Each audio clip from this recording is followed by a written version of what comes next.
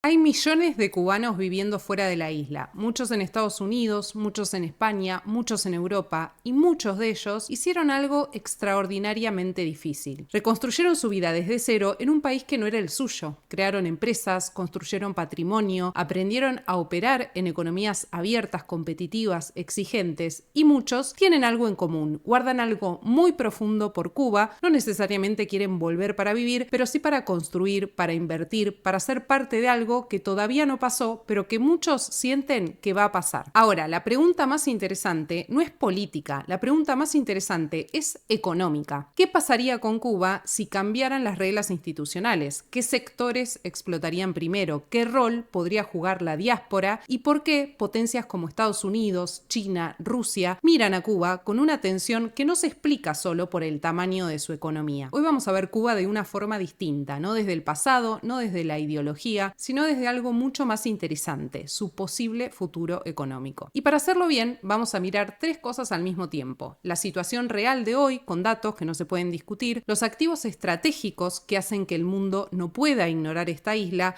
y los escenarios posibles con sus riesgos, sin romantizar nada. Quédate hasta el final porque el bloque de minerales críticos, el puerto de Mariel y las empresas que ya están operando adentro van a cambiar la manera en que lees este mapa. Antes de arrancar, lo de siempre: esto no es asesoramiento financiero ni recomendación de inversión, es mi análisis personal y, como todo análisis, puede estar equivocado. Mi intención no es exponer ninguna posición política sobre Cuba, sí me encantaría que Cuba prospere, y creo que la mejor manera de analizar ese proceso es desde los datos, no desde la ideología. Dicho eso, arranquemos. Lo primero que hay que entender, y esto rompe el marco mental de mucha gente, es que Cuba no importa por el tamaño de su economía. El PBI cubano es relativamente pequeño, el comercio internacional es limitado. Si uno mira los rankings globales, Cuba no figura entre las grandes economías del mundo. Entonces, ¿por qué Cuba aparece constantemente en análisis geopolíticos de primer nivel?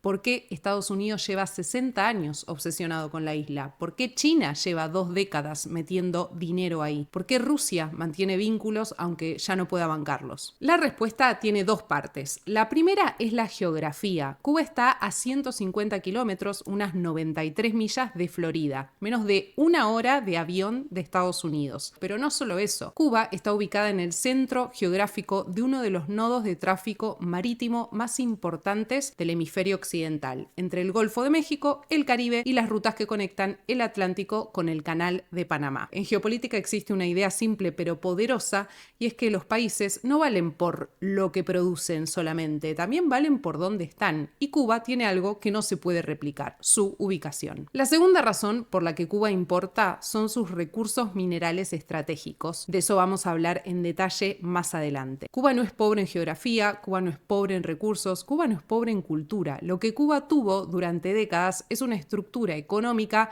que bloqueó el desarrollo de todo ese potencial. Y cuando uno separa estructura de potencial, aparece una pregunta muy poderosa: ¿qué pasa cuando un país con esa geografía, con esos recursos y esa cultura cambia sus reglas económicas? Y eso es exactamente lo que vamos a explorar hoy. Primero, para hablar del futuro hay que ser honestos con el presente, y el presente cubano es duro. Antes de meternos en los números, el contexto histórico es importante. Hubo un momento en la historia de Cuba muy parecido a lo que está pasando ahora. Fue en 1991 cuando cayó la Unión Soviética. De un golpe, Cuba perdió entre el 70 y el 80% de sus importaciones. El bloque soviético era el sistema de soporte vital de la isla. Lo que vino después, el periodo especial, fue una caída del PBI de casi un tercio en 3 años, racionamiento, hambre, apagones de 16 horas diarias. Cuba sobrevivió ese colapso básicamente por dos razones: el turismo, que se abrió en los 90, y a partir del año 2000, el petróleo venezolano de Chávez, unos 35.000 barriles por día a cambio de médicos y personal cubano. ¿Por qué cuento esto? Porque en enero de 2026, esa segunda canilla, ese segundo grifo, se cerró. A principios de enero, las fuerzas especiales de Estados Unidos capturaron a Nicolás Maduro en Caracas. Días después, Estados Unidos declaró bloqueo total al petróleo venezolano destinado a Cuba, y la isla lleva meses sin su principal fuente de energía. Es la segunda gran crisis de suministro externo en 35 años, y esta vez no hay una tercera canilla, un tercer grifo listo para abrirse. Los números ya lo reflejaban antes de que cerrara el petróleo venezolano. En el ranking de desempeño económico de América Latina y el Caribe, Cuba está segunda desde el fondo. Solo Haití está peor. La inflación está entre el 20 y el 32% sostenida desde hace 2 años. Las pensiones se duplicaron en agosto de 2025 a 4.000 pesos mensuales, pero al tipo de cambio informal, que es el que usa la gente real para comprar cosas reales, esos 4.000 pesos rondan los 7, 8 dólares por mes. Las exportaciones de níquel cayeron 32% en 2023, las de azúcar 82%. Cuba, que fue durante décadas uno de los grandes exportadores de azúcar del mundo, hoy importa azúcar. Y el dato que más preocupa como indicador de largo plazo es que entre 2019 y 2024 la población de Cuba cayó en 1.4 millones de personas. O sea, en 5 años más del 12% de la población se fue por emigración, baja natalidad, un balance migratorio negativo que no para. Ahora bien, si la situación es tan crítica, si no hay petróleo, si la inflación destruye el poder adquisitivo, si la gente se va, ¿por qué China lleva 2 décadas metiendo dinero? ¿Por qué Estados Unidos quiere, en palabras textuales de Trump, un friendly takeover, una toma amistosa de la isla? Esa es la pregunta correcta y la respuesta está bajo tierra. Antes de entrar a los activos estratégicos, quiero que tengamos muy clara la línea de tiempo de los últimos meses, porque esto no es una crisis más, es una convergencia de eventos que no ocurrió nunca antes al mismo tiempo. ¿Por qué 2026 es un momento pivot distinto al periodo especial de 1991 o a la bonanza venezolana de los 2000? Porque el tablero se movió rápido. Muy rápido. Primeros días de enero de 2026, las fuerzas especiales de Estados Unidos capturan a Nicolás Maduro en Caracas, Venezuela, el socio energético de Cuba por 25 años, 35.000 barriles por día, deja de existir como aliado operativo prácticamente de un día para el otro. Mismo enero de 2026, Estados Unidos declara bloqueo total al petróleo venezolano destinado a Cuba, que era la segunda canilla, el segundo grifo de suministro externo en 35 años, que se cerró completamente. Febrero de 2026, Sherritt International, el principal operador cubano minero occidental en Cuba, anuncia que pausa las operaciones de minería en Moa y pone la planta en stand-by. Motivo: no recibieron los envíos de diésel programados. El sector de minerales críticos, el activo más estratégico de la isla, toca fondo. Siguiendo en febrero de 2026, Estados Unidos e Israel lanzan un ataque conjunto sobre Irán. El precio del petróleo sube. Cuba, sin reservas, sin crédito internacional, no puede absorber ese aumento. Y ahora, 16 de marzo de 2026, mientras Cuba sufría un blackout nacional total que dejó sin electricidad a casi 11 millones de personas, el presidente Trump declaró públicamente desde la Casa Blanca que cree que tendrá el honor de tomar Cuba en alguna forma. When will the United States do it? I do believe I'll be having the honor of taking Cuba. That'd be good. That's a big honor. Taking Cuba. Taking Cuba in some form, yeah. Taking Cuba. I mean, whether I free it, take it, I think I could do anything I want with it. Esto ocurrió el mismo día que la isla entera quedó a oscuras. Al mismo tiempo, recordemos que el 13 de marzo, el propio Díaz-Canel admitió públicamente que Cuba está en conversaciones con Estados Unidos para buscar soluciones por la vía del diálogo a las diferencias bilaterales. Cuba liberó 51 presos políticos como gesto inicial y la negociación fue mediada en parte por el Vaticano. Esto abre una ventana estrecha, o sea, Estados Unidos está distraído por las tensiones en Irán y el Golfo, lo que da espacio para negociar. Pero China, mientras tanto, sigue invirtiendo en silencio y acumulando influencia. Digamos, el momento es crítico y eso hace que este análisis sea urgente. En 1991, la caída soviética fue gradual, hubo tiempo para adaptarse. En 2000 apareció Chávez como tercera canilla. Hoy no hay tercera canilla visible y por primera vez desde 1959 el gobierno cubano está negociando con Estados Unidos mientras el mundo mira hacia el Golfo Pérsico. Eso es exactamente lo que hace que este sea el momento más importante para entender Cuba desde un análisis económico. Ahora quiero que pienses en esto. La batería de tu celular tiene cobalto adentro. La batería de los autos eléctricos tiene cobalto adentro.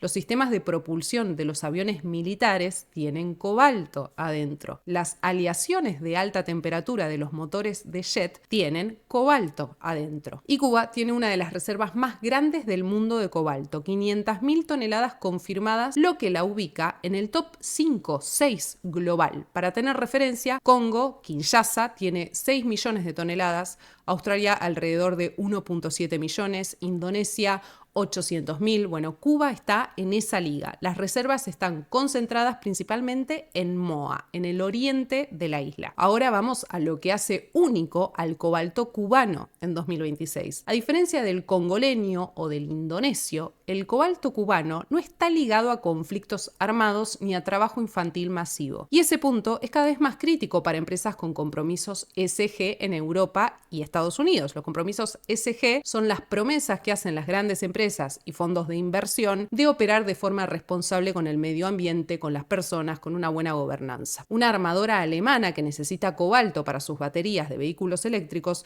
prefiere un origen que no genere problemas legales ni de reputación con sus accionistas. Bueno, el cobalto cubano, bajo el marco institucional correcto, podría ser exactamente eso. Ahora vamos con el dato que convierte esto en geopolítica financiera de primer nivel. Hoy China refina el 79% del cobalto del mundo. No se produce en China, se procesa en China. El modelo es así: compran el mineral en bruto donde sea, muchas veces a través de empresas propias con operaciones en Congo o en Indonesia, lo refinan y venden el producto final al mundo. Estados Unidos, Japón, Alemania, Corea del Sur, todos dependen de China para el cobalto que usan en todas sus industrias. Y la demanda no para de crecer. La Agencia Internacional de Energía proyecta 200 millones de vehículos eléctricos globales para 2030. Eso implica que la demanda de cobalto tiene que crecer entre 20 y 25 veces respecto a los niveles actuales para alcanzar los objetivos de transición energética global. Pensalo como el petróleo de los años 70. En esa época, quien controlaba el Golfo Pérsico controlaba la economía global. Hoy, quien controla el cobalto, el níquel, el litio, las tierras raras, controla la economía de la transición energética. Es el mismo juego con otros minerales. Y hay algo que el Royal United Service Institute del Reino Unido documentó en 2025. El cobalto cubano se usa en aleaciones de alto rendimiento para sistemas de defensa, baterías para electrónica militar y misiles. No es solo un mineral de la transición energética, es un mineral estratégico para la defensa occidental. Cuba también tiene reservas significativas de níquel. Fue durante décadas productor top 10 mundial. Entonces el tablero se ve así.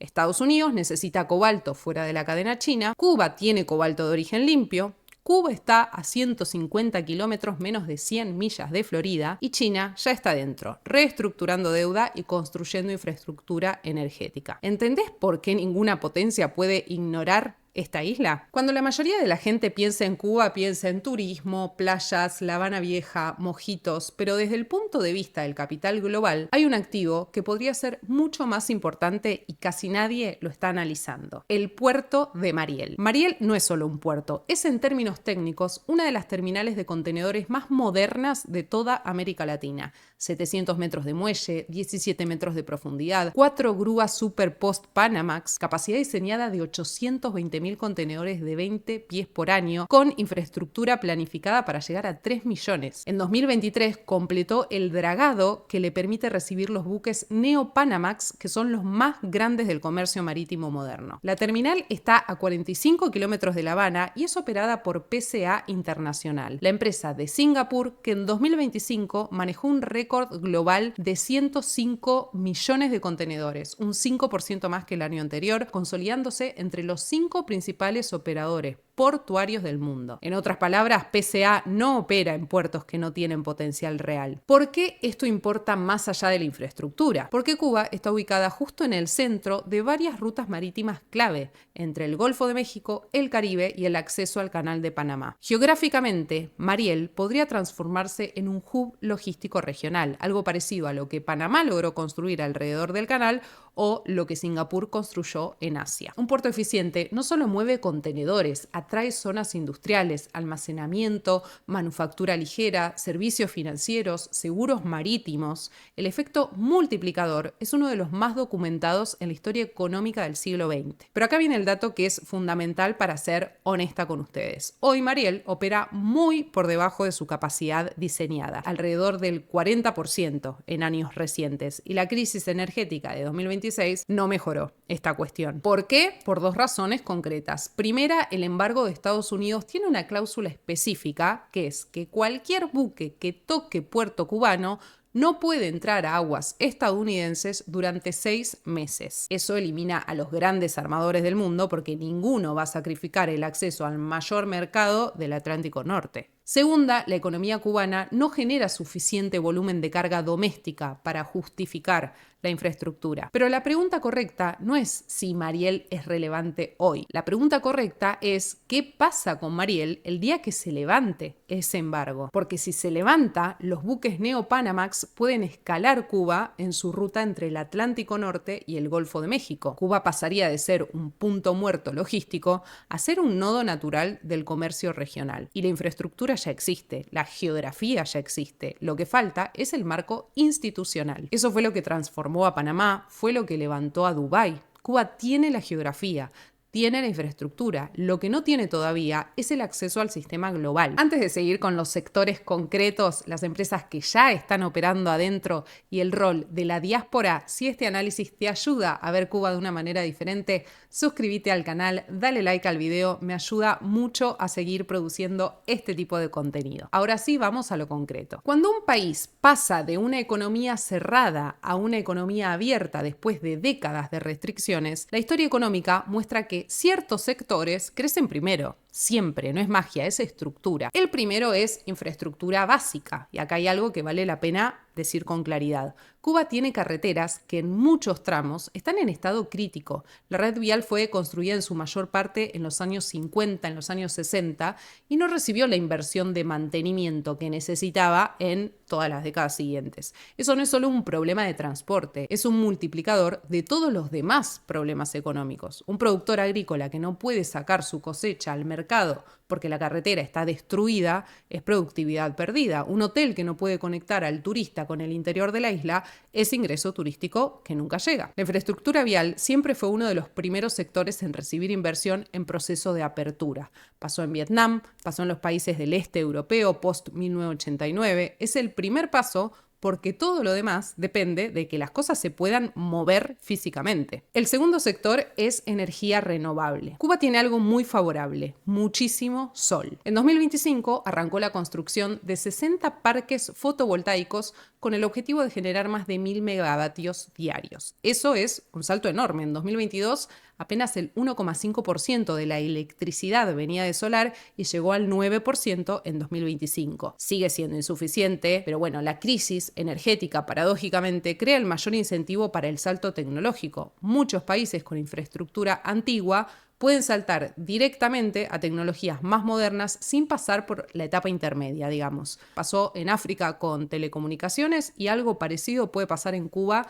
con la energía. El tercero es turismo de alta gama, no el turismo masivo de bajo costo. Cuba tiene una identidad cultural única que ningún otro destino del Caribe puede replicar. Arquitectura histórica, música, gastronomía, historia. Eso permite desarrollar turismo sofisticado, más rentable que el modelo de resort masivo. El cuarto es real estate y renovación urbana. La Habana tiene un patrimonio arquitectónico colonial declarado Patrimonio de la Humanidad por la UNESCO. Gran parte de ese stock necesita restauración urgente. Cuando entró capital a ciudades como Praga, Varsovia o Bucarest en los 90, la transformación urbana fue uno de los primeros efectos visibles. El quinto es logística y manufactura ligera alrededor de Mariel.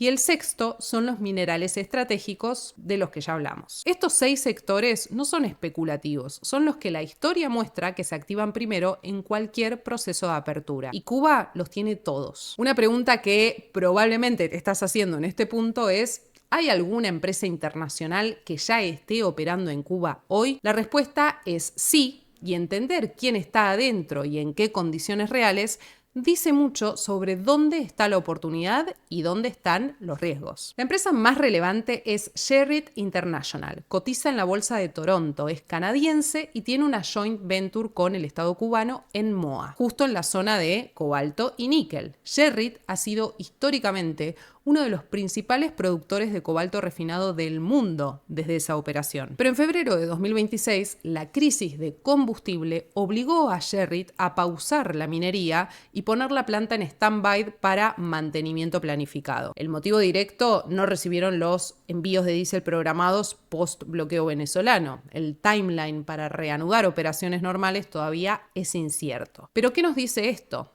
que el hardware minero existe y es de clase mundial, pero el software, digámosle institucional y energético, no. Sherritt tiene la maquinaria, tiene el conocimiento técnico, tiene el mineral, pero está paralizada por falta de gasoil. Esto es exactamente la señal que cualquier inversor serio necesita leer. No es que el activo no valga, es que el activo no puede operar sin un marco energético e institucional estable. Cualquier entrada fuerte tiene que esperar claridad en las reglas. Aún así, Sherritt sigue siendo el jugador occidental más posicionado adentro de la isla. Tiene una deuda pendiente de Cuba de aproximadamente 260 millones de dólares.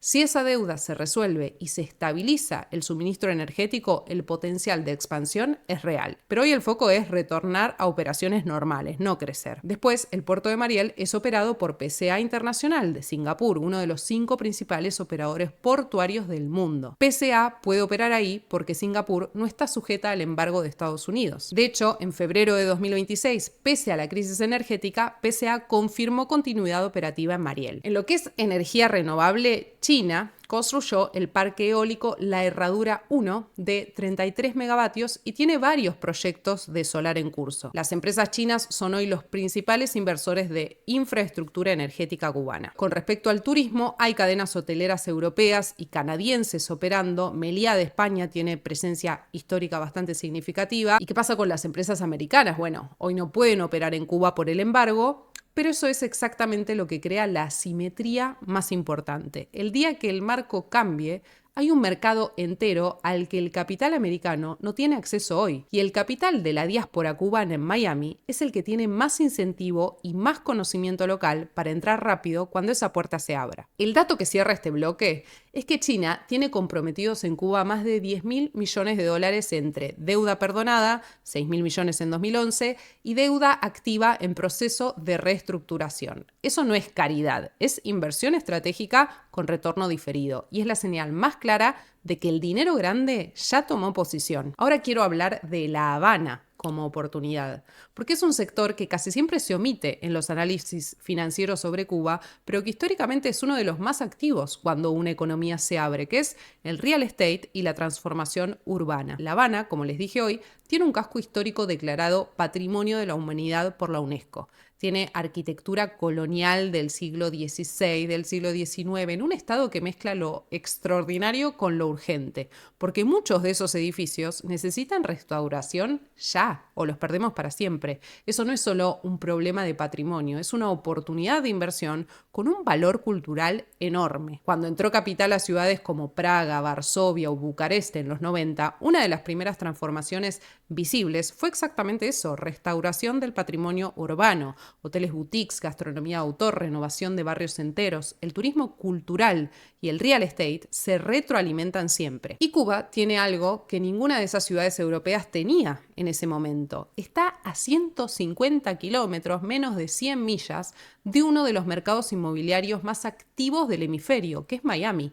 El capital de la diáspora cubana no tiene que cruzar el Atlántico, tiene que cruzar el Estrecho de Florida. Si algún día se permite la inversión privada masiva en real estate cubano, el flujo de capital podría ser uno de los más rápidos del Caribe. ¿Por qué? Porque hay lo que los economistas llaman demanda reprimida. Millones de cubanos de la diáspora que hoy no pueden invertir en su país de origen con capital acumulado durante décadas esperando el momento. Cuando ese capital encuentra el canal, el efecto en los primeros años suele ser exponencial. Ojo que tampoco estoy romantizando, sin seguridad jurídica clara, sin protección de la propiedad privada, sin resolución del tema de las propiedades confiscadas históricamente, el real estate no puede funcionar, esos riesgos son reales. Pero si se resuelven, el sector de transformación urbana en Cuba podría ser una de las historias de real estate más grandes del Caribe en las próximas 2 décadas. Si uno mira los grandes procesos de reconstrucción económica del siglo XX, hay un patrón que aparece una y otra vez. Irlanda en los años 90, la diáspora irlandesa en Estados Unidos, fue parte fundamental del capital y las conexiones que impulsaron el Tigre Celta. Israel, desde su fundación, los judíos de la diáspora en Europa y América, fueron el puente entre el nuevo Estado y el capital internacional. Vietnam, después de sus reformas económicas, la comunidad vietnamita en Estados Unidos, en Francia, en Australia, fue la primera ola de inversión cuando las reglas cambiaron. En todos esos casos, la diáspora no fue un actor secundario, fue el primer puente. Y el caso cubano tiene algo especial que ninguno de esos ejemplos tiene exactamente igual. La diáspora cubana es empresarial, está concentrada geográficamente y está físicamente a menos de 1 hora en avión de la isla. Miami no es solo una ciudad con muchos cubanos, es uno de los principales centros financieros de América Latina. Tiene más capital latino concentrado que cualquier otra ciudad del continente. Tiene desarrolladores inmobiliarios, inversores, empresarios logísticos, dueños de hoteles, abogados del comercio internacional, banqueros. Muchos de ellos tienen algo que los hace únicos como potenciales inversores. Conocen la cultura, hablan el idioma, tienen familia ahí, conocen la idiosincrasia local. Eso reduce el riesgo operativo de cualquier proceso de inversión de una manera que ningún fondo global puede replicar. Entre 2022 y 2024, 600.000 cubanos llegaron a la frontera de Estados Unidos. Eso no es solo una crisis migratoria, es capital humano, personas con capacidad de trabajo, de emprendimiento, de conexión cultural con ambas economías. Y hay algo que la historia económica enseña muy claramente. Cuando un país pasa de economía cerrada a economía abierta, la primera ola de inversión casi nunca viene de gigantes corporativos globales. Los grandes fondos de infraestructura llegan en la segunda ola, cuando las reglas ya son claras, cuando el riesgo institucional bajó. La primera ola, casi siempre, viene de la diáspora, porque la diáspora tiene algo que los fondos globales no tienen: apetito emocional combinado con conocimiento local. Eso es un activo de inversión real, no es un argumento sentimental. Si algún día cambia el marco institucional de Cuba, la diáspora podría convertirse en el motor de reconstrucción más rápido y más eficiente del Caribe. No porque sea un romanticismo, sino porque tiene el capital, tiene las conexiones, el conocimiento y el incentivo para ser el primero en entrar. Pero bueno, hasta acá hablé del potencial, y si me quedo solo con el potencial, este video sería superficial e ideológico y no es lo que quiero hacer, así que vamos a los riesgos con la misma honestidad con la que hablé del potencial. El primero es el riesgo institucional y es el más importante. La confianza de los inversores internacionales depende de 3 cosas: reglas claras, seguridad jurídica y protección de la propiedad privada. Sin eso, el capital grande no entra. El segundo riesgo es el de transición. Las economías que pasan de sistemas cerrados a sistemas abiertos casi siempre atraviesan un periodo de inestabilidad, inflación que se dispara, desigualdad que aumenta antes de bajar, tensiones sociales, reestructuración de empresas estatales que generan desempleo en el corto plazo.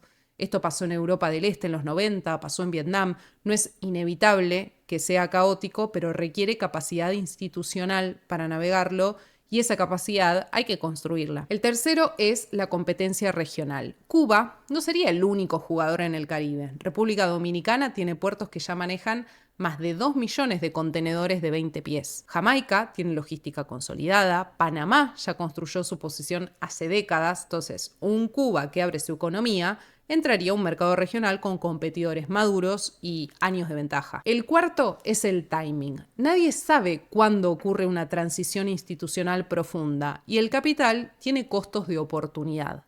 Apostar a algo que puede tardar 5, 10 o 15 años en materializarse tiene un costo financiero real. Todo esto no niega el análisis, lo completa, porque en economía el potencial sin riesgo no existe. Lo que existe son asimetrías, situaciones donde el crecimiento potencial es significativamente mayor que el riesgo, que la pérdida bajo ciertas condiciones. Cuba tiene esa asimetría, pero no es gratis ni es segura. Ahora vamos a lo que todo analista tiene que hacer eventualmente, que es plantear los escenarios posibles. No predicciones, marcos de probabilidad. Escenario A: negociación con Estados Unidos y apertura gradual. El 13 de marzo de 2026, Díaz-Canel confirmó públicamente que Cuba está en conversaciones con Estados Unidos para resolver el bloqueo energético con mediación del Vaticano. Cuba acordó liberar 51 presos políticos como primer gesto. Si esta negociación avanza, lo que se abriría primero son energía, turismo, remesas. No es una apertura radical de un día para el otro, es un proceso gradual, pero podría ser el primer paso hacia algo más. El ataque a Irán de febrero aleja temporalmente a Cuba del radar de Washington porque Estados Unidos está concentrado en el Golfo y eso le da espacio para negociar, pero esa ventana no es permanente. En este escenario, los sectores que se activarían primero son turismo, energía renovable, minería bajo joint ventures con estándares internacionales. Escenario B, un estancamiento prolongado. Cuba y Estados Unidos negocian, pero sin un acuerdo firme. China sigue invirtiendo en silencio, el régimen sobrevive con lo justo. Este es el escenario más probable en el corto plazo y tiene una implicancia específica. El tiempo que Cuba pasa en estancamiento es tiempo que China usa para consolidar su posición, porque China tiene paciencia estratégica. No necesita un resultado en 5 años, puede esperar 15 y mientras seguir acumulando influencia. Escenario C, transición acelerada. El régimen colapsa o hay una transición rápida, privatizaciones masivas, apertura total, es el mayor upside, pero también la mayor incertidumbre de timing. La pregunta más relevante para quien esté escuchando esto no es cuál escenario va a ocurrir. Nadie sabe eso. La pregunta relevante es ¿en cuál de estos escenarios está mejor posicionado el capital que actúa anticipadamente versus el capital que espera certeza? Porque cuando el escenario se clarifica, el precio ya refleja el evento. Así funciona el capital en cualquier mercado. Ahora vamos a ponernos optimistas y esperar el mejor escenario. Las negociaciones avanzan, apertura gradual, boom en minerales. ¿Cómo se expone un inversor a algo así desde los mercados internacionales? Primero, lo importante. Hoy no existe una forma directa de invertir en Cuba desde Estados Unidos o desde mercados globales. El embargo y las restricciones siguen vigentes y cualquier exposición pura a activos cubanos está bloqueada para la mayoría de los inversores minoristas. Pero sí hay formas indirectas de capturar algunas dinámicas macro que mencionamos. La demanda global de cobalto, de níquel limpio, la transición energética, la logística marítima en el Caribe, Atlántico, opciones accesibles de cualquier broker en Estados Unidos sin complicaciones regulatorias. En lo que es minerales críticos, cobalto, níquel, baterías, el upside más directo por el cobalto cubano limpio es el ETF LEAD, el más popular para la cadena de baterías, compuesto por empresas como Rio Tinto, Albemarle, Ganfeng. Captura la demanda de autos eléctricos y todo lo que es cobalto, níquel. También está el ETF SETM, una jugada más pura en lo que es minerales críticos, incluye níquel, cobalto, litio, tierras raras, cobre, ideal para los que buscan diversificación en lo que es transición energética. Otros ETFs como PIC o XME dan exposición amplia a minería global de níquel, de metales diversificados. En logística y puertos tenemos el ETF SEA. Incluye operadores portuarios y logística marítima. Captura todo el boom de lo que son las rutas Caribe-Atlántico si Mariel se activa. También están XTN o IYT, que son más amplios, incluyen logística, transporte marítimo, carga aérea, infraestructura. Y si miramos a Sherritt directamente, que tiene presencia en MOA, es una empresa accesible vía brokers con acceso a Canadá. Muchos en Estados Unidos lo tienen, pero con riesgos altos por la pausa en febrero de 2026 y por temas geopolíticos. Esto